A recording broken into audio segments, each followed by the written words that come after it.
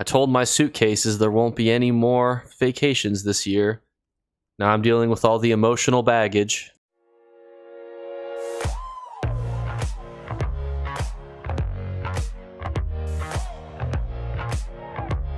What's going on, YouTube? The rarest arm pack is in store. Will this translate to the Tuesday vendor? Unfortunately, it does not. There is another really rare motif style page that we're going to talk about. So let's talk about where we are. We are inside of the Infinite Archive, inside of Apocrypha. Again, a free-to-play zone. Anybody can come here, and we're going to break down what's in our Tuesday vendor. And we start off with the Phoenix Moth Pigment Lead, which, if you are an intuitive individual, you could probably tell exactly how you get this. It actually comes from Phoenix Moths. Who could have foreseen such a thing? And it's actually part of a culmination of other leads that will give you access to the skin, the Bark Root Blessing skin. Now, this basically just makes you look very tree-esque. You see the tree themes here, and there's 10 leads that you need to get. This can be pretty annoying to do. I don't necessarily know if I would purchase this one, although I will admit that picking up Phoenix Moths can be pretty annoying. But they do provide maps and things when you're trying to do this, although it's not loading here for me, unfortunately. Oh, there it goes. Oh, okay. It just shows you what a Phoenix Moth is, but it can be a bit tedious to do, even though you can see here Phoenix Moths are pretty easily to spot. So is it worth buying? Probably not, but it is a part of a pretty cool mythic. The next one, however, is infinitely not worth it because literally all you need to do is go to this location and just pick it up off the ground near Leowin. That's literally it. And you put all those together, you get access to a big, beautiful tapestry.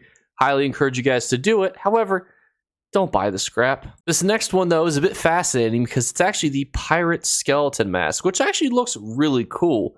And it's not been in store for a hot minute, which means that it's a pretty good one to have. I mean, being able to look like a little skeleton piratey boy is a pretty cool appearance for yourself. So does that translate to sale value? So if you were to look at how much people are currently listing this for, and these are all 10 minutes ago, an hour ago, so these are recent listings on PC, you could see anywhere from about 4 million to 6 million. It seems to be its range. Again, you're buying this bound, so you'd be putting it in your sticker book, so you would be owning something that's worth that much. But is it worth getting? I would say it's pretty decently worth getting.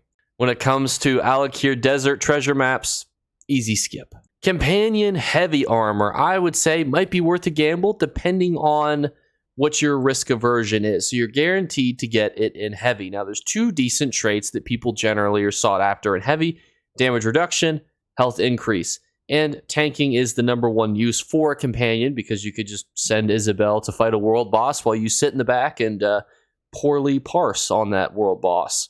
So for me, I love using companion heavy gear because that's how I use companions. That's how most people use companions. From that aspect, if you want to try to save yourself hundreds of thousands of gold, this could potentially be a great way to do so. But just understand that your odds are still about 20% that you get something that you need. So is it worth it? Is it not? That's going to be up to you and your aversion to risk and how much gold you potentially want to save yourself and how many pieces you need of heavy armor. If you only need a helmet, every other piece is not going to be worth it unless you want to have multiple decked out companions, which some of you might. Next up, we just have our two customary books here. I generally don't recommend buying these.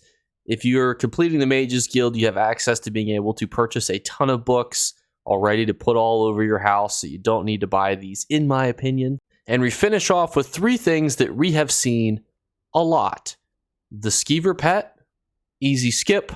A clue, easy skip. Now, somebody did say, Jake, I really want to get all of the achievements for Tales of Tribute, and without playing it as much as possible, I like to buy the clues. Do I accept that as a reason to buy these clues? Maybe. We'll think about it in the comments below. And then the Sigil Globes, which try to say 5 times quickly. I will not. We've talked about before. I always encourage you guys to farm fragments. Again, the first fragment that you get every single day has greatly increased odds. So farming fragments is actually really expeditious to you. Go out, get yourself a bunch of fragments. Maybe we'll do that on stream right now. We're focused on item flipping. But we could also include farming just one of each of the main fragments that are worth the most, and listing up those and seeing how well they do as well. But everyone, thank you guys so much again for watching. You are fantastic. As always, Thank you for bearing with me while my voice recovered. It's been such a weird ride, but with enough cough drops, anybody can make a video. So thank you again. We're going to be streaming tomorrow, video Thursday, video Friday, streamer video Saturday, streamer video Sunday. We're going to try to get back in the swing of things now that we are pretty much fully back to where we were. Minor coughing, but you guys can tolerate that on a live stream. And if it becomes too bad tomorrow, we'll just switch it, make a video for you guys or whatever, call a bit of an audible. So thank you guys so much again for watching. Thanks for bearing with me. I love you, and I'll catch you later. Bye, guys. You better remember to like and subscribe to Jakeclips. Or you should. I might have to pluck your eyes if you don't. Or, better yet, I'll skip rope with your entrails. Do it now. Subscribe. Ta-ta. Off with you. And a quick update to our item flipping series, just because I was going to be transparent as to where we are. We did pay our dues, which is the same as it was last week. 2 20,000 vendors, 1 15,000 a week vendor.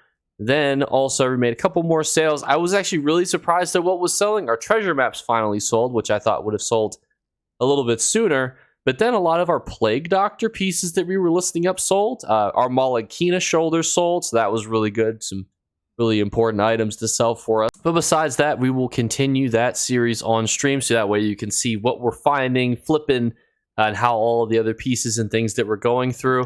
I'm hoping that we can find some good Baron Zadris pieces that are listed for cheaply, because that's going to be absolutely fantastic.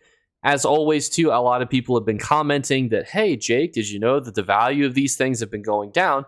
That's true. I mean, you got to think, they've been fermenting, for how long, for everyone to be able to get a sniff at this, monster set for how long now. Now that people can actually get it, the floodgates are absolutely open and everybody's rushing to go get it.